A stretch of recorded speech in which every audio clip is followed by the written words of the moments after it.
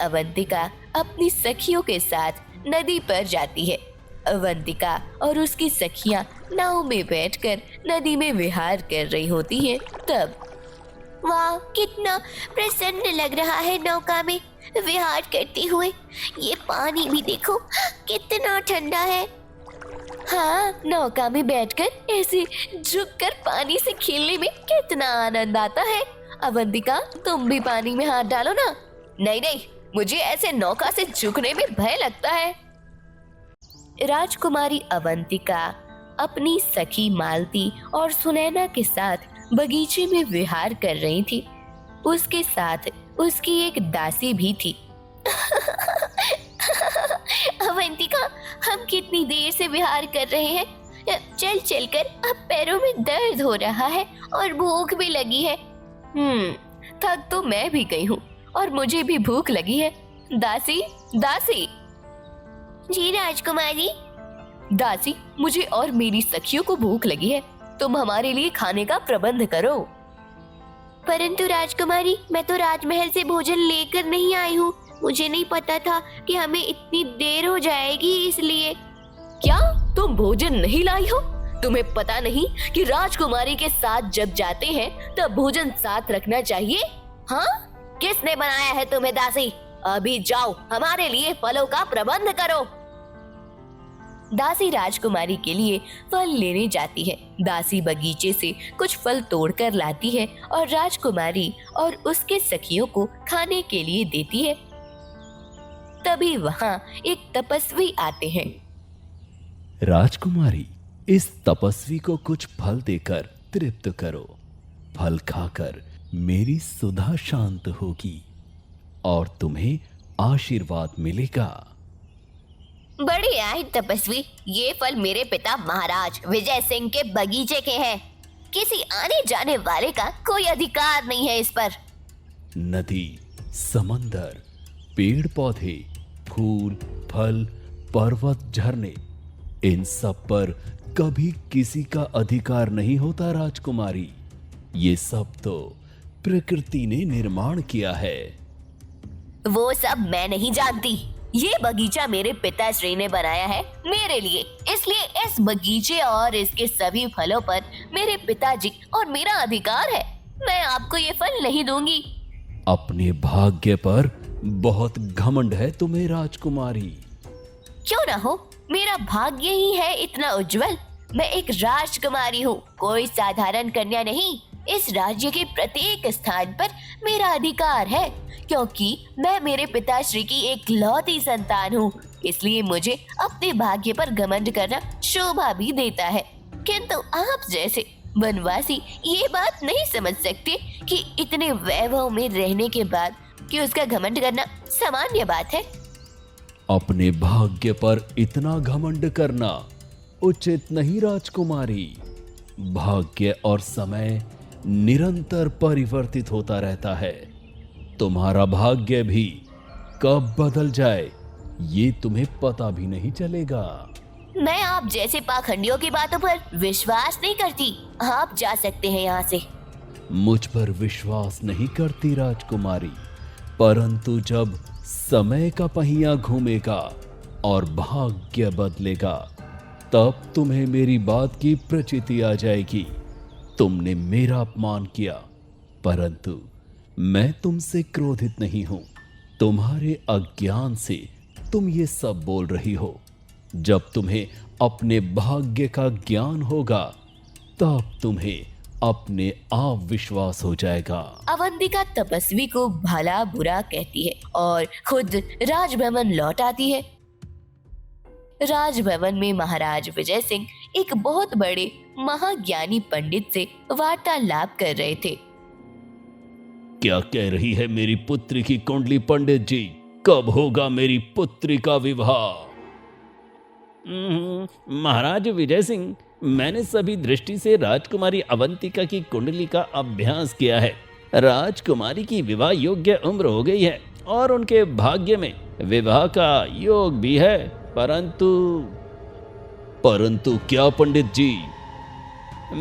महाराज, राजकुमारी की कुंडली में मंगल ग्रह कुंडली मार कर बैठा है। राजकुमारी मांगलिक है, इसी कारण से उनके विवाह में बाधा उत्पन्न हो रही है। तो इसका उपाय क्या है पंडित जी? कोई तो उपाय होगा। आप जो भी कहेंगे वो सब मैं करूंगा। महाराज, मैं आपको एक अंगूठी देता हूँ। उस अंगूठी को आप राजकुमारी को अपनी उंगली में पहनने को कहिए और स्मरण रहे, जब तक राजकुमारी का विवाह नहीं हो जाता उन्हें ये अंगूठी अपनी उंगली से उतारनी नहीं है। यदि एक बार वो अंगूठी पहनने के बाद निकाली गई तो मैं कुछ नहीं कर सकता। धन्यवाद पंडित जी। मैं आज ही इस अंगूठी को राजकुमारी अवंतिका को पहनने के लिए दे दूंगा। पंडित जी महाराज विजय सिंह को एक अंगूठी देते हैं। कुछ देर के बाद राजकुमारी अवंतिका राजभवन में आती है। तब पुत्री, हो गया तुम्हारा विहार। मैं कब से तुम्हारी प्रतीक्षा कर रहा था। हाँ पिताश्री, परंतु आप मेरी प्रतीक्षा क्यों कर रहे थे? पुत्री, ये लो, इस अंगूठी को तुम अपनी उंगली में धारण करो और स्मरण रहे, कभी इसे अपनी उंगली से मत निकालना। अवश्य पिताश्री, परंतु ऐसा क्या विशेष है इस अंगूठी में? पुत्री, अभी केवल इतना समझ लो कि ये अंगूठी बहुत मूल्यवान है, इसलिए तुम्हें विशेष रूप से इसका ध्यान रखना है। अवंतिका अंगूठी अपनी अंगुली में पहन लेती है। कुछ दिन बीत जाते हैं। एक दिन अवंतिका अपनी सखियों के साथ नदी पर जाती है। अवंतिका और उसकी सखियां नाव में बैठकर नदी में विहार कर रही होती हैं। तब वाह, कितना प्रसन्न लग रहा है नौका में विहार करते हुए। ये पानी भी देखो कितना ठंडा है। हाँ, नौका में बैठकर ऐसे झुककर पानी से खेलने में कितना आनंद आता है। अवंतिका, तुम भी पानी में हाथ डालो ना। नहीं नहीं, मुझे ऐसे नौका से झुकने में भय लगता है। अरे, इसमें भय का क्या करना है, चलो करो। राजकुमारी अवंतिका भी पानी में झुककर हाथ डालने लगती है। तभी उसकी अंगूठी पानी में गिर जाती है और एक मछली उसे निगल लेती है। राजकुमारी अवंतिका को इस बारे में कुछ पता नहीं चलता। राजकुमारी अवंतिका राजभवन आती है। तब उसे पता चलता है कि उसकी अंगूठी खो गई है। मुझे क्षमा कीजिए पिताश्री, आपने मुझे जो मूल्यवान अंगूठी दी थी वो भूल से मुझसे खो गई है। क्या तुमने वो मूल्यवान अंगूठी खो दी? अब उसे कहाँ ढूंढेंगे हम? तुम्हें पता नहीं कि उस अंगूठी से तुम्हारा भाग्य जुड़ा हुआ था। महाज्ञानी पंडित जी ने ये अंगूठी तुम्हें पहनने को कहा था, क्योंकि तुम्हारी कुंडली में दोष है, जिसके कारण से तुम्हारे विवाह में बाधा आ रही है। अर्थात यदि वो अंगूठी नहीं मिली तो मेरी कुंडली का दोष कभी नहीं जाएगा और मैं सदा के लिए अविवाहित रहूंगी। पिताश्री, अब क्या करें? उस अंगूठी को फिर से कैसे प्राप्त करें? तुम चिंता मत करो पुत्री। तुम आज कहाँ गई थी ये मुझे बताओ। मैं अपने सेवकों को उन सभी स्थानों पर भेजकर अंगूठी को खोजने को कहता हूँ। महाराज विजय सिंह अपने सेवकों को आदेश देते हैं कि राजकुमारी की अंगूठी को शीघ्र अति शीघ्र ढूंढकर उन्हें दी जाए, लेकिन वो अंगूठी उन्हें नहीं मिलती है। सेवक महाराज को आकर बताते हैं कि उन्हें अंगूठी नहीं मिली है। महाराज चिंता में पड़ जाते हैं। आखिर कहाँ गई होगी वो अंगूठी? कैसे प्राप्त करूं उसे? वो अंगूठी नहीं मिली तो मेरी पुत्री दुर्भाग्य से सदा अविवाहित रहने का भय है। क्या करूं, कहां ढूंढूं उस अंगूठी को? किसी प्रजानन ने तो वो अंगूठी अपने पास नहीं रख ली। नहीं, मेरी प्रजा बहुत भोली है। ऐसे रत्न जड़ित अंगूठी देखकर वो पहचान जाएंगे कि वो अंगूठी राज परिवार के ही किसी की होगी और शीघ्र ही उसे लौटाने आएंगे। अगले दिन एक मछुआरा नदी पर मछलियां पकड़ने जाता है। वो अपने जाल में मछलियां पकड़कर उन्हें घर ले आता है और मछली को काटने लगता है। तभी एक मछली के पेट से राजकुमारी की अंगूठी निकलती है। फिर अरे ये क्या?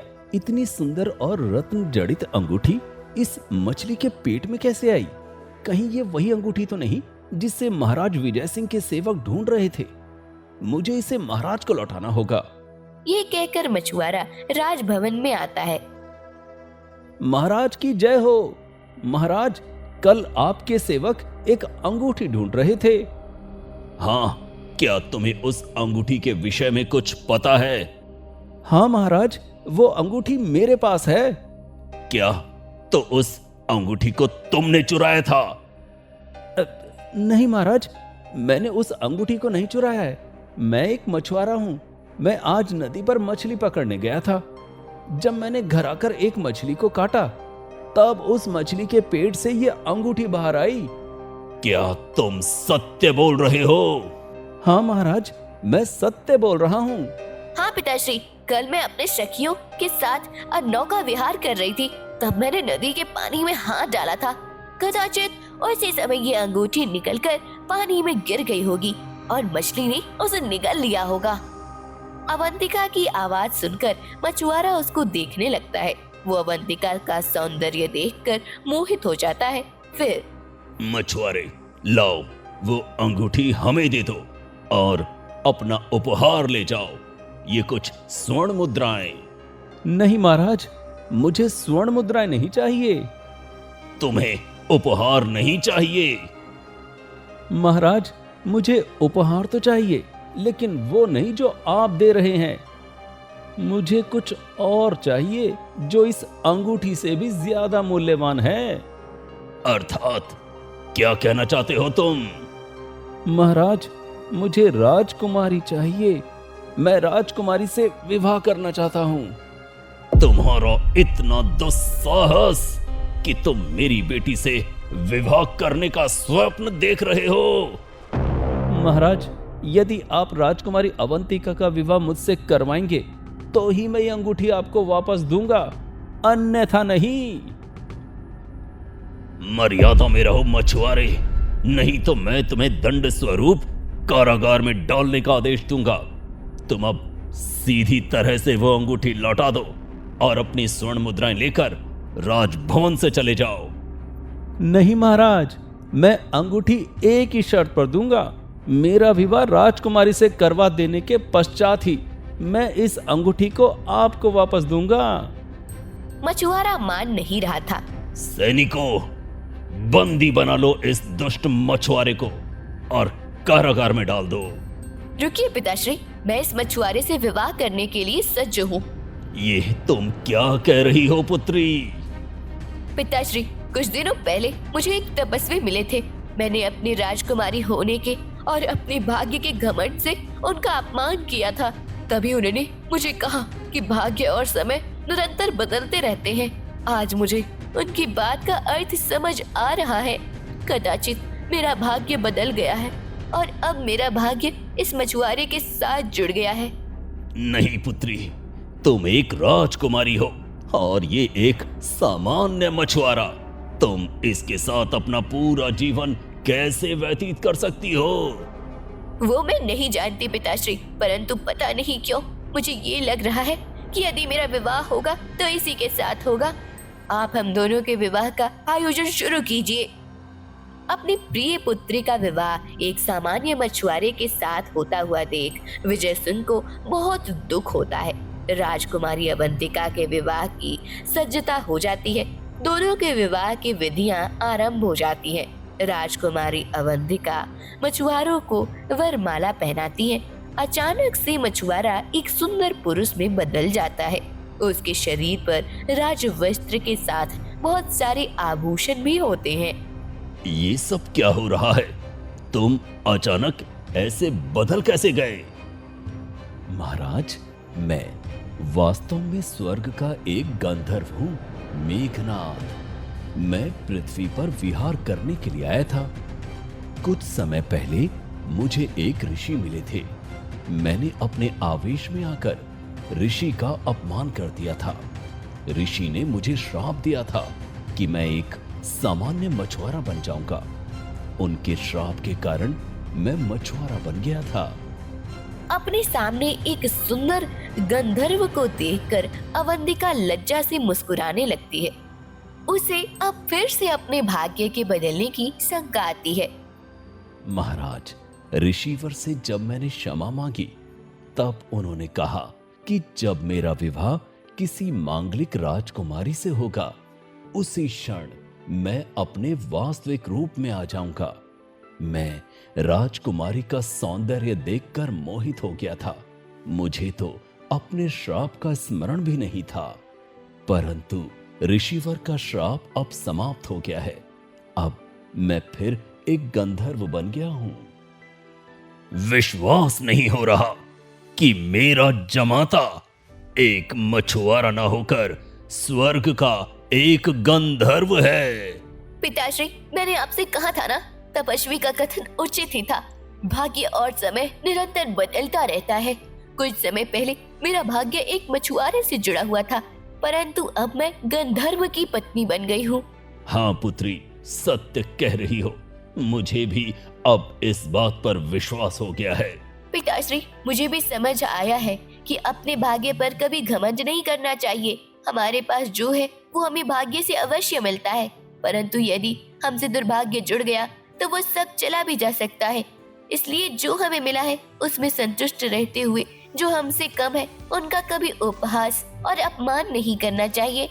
सत्य कह रही हो आप राजकुमारी। मुझे भी अब इस बात की समझ आ गई है कि खुद पर कभी भी गर्व नहीं करना चाहिए और दूसरों को कभी हमसे कम नहीं समझना चाहिए। मेघनाद, मैं आपको अपनी पुत्री के वर के रूप में देखकर बहुत आनंदित हूं। मैं आप दोनों का विवाह करके प्रसन्नता का अनुभव कर रहा हूं। सभी प्रसन्न हो जाते हैं और राजकुमारी अवंतिका और गंधर्व मेघनाद के विवाह की बाकी विधियां शुरू हो जाती हैं। दोनों का विवाह संपन्न होने के पश्चात गंधर्व मेघनाद अपनी पत्नी राजकुमारी अवंतिका को लेकर स्वर्ग की ओर प्रस्थान करते हैं और राजकुमारी का भाग्य एक बार फिर से बदलता है और वो गंधर्व लोक में जाकर अपना पूरा जीवन व्यतीत करती है।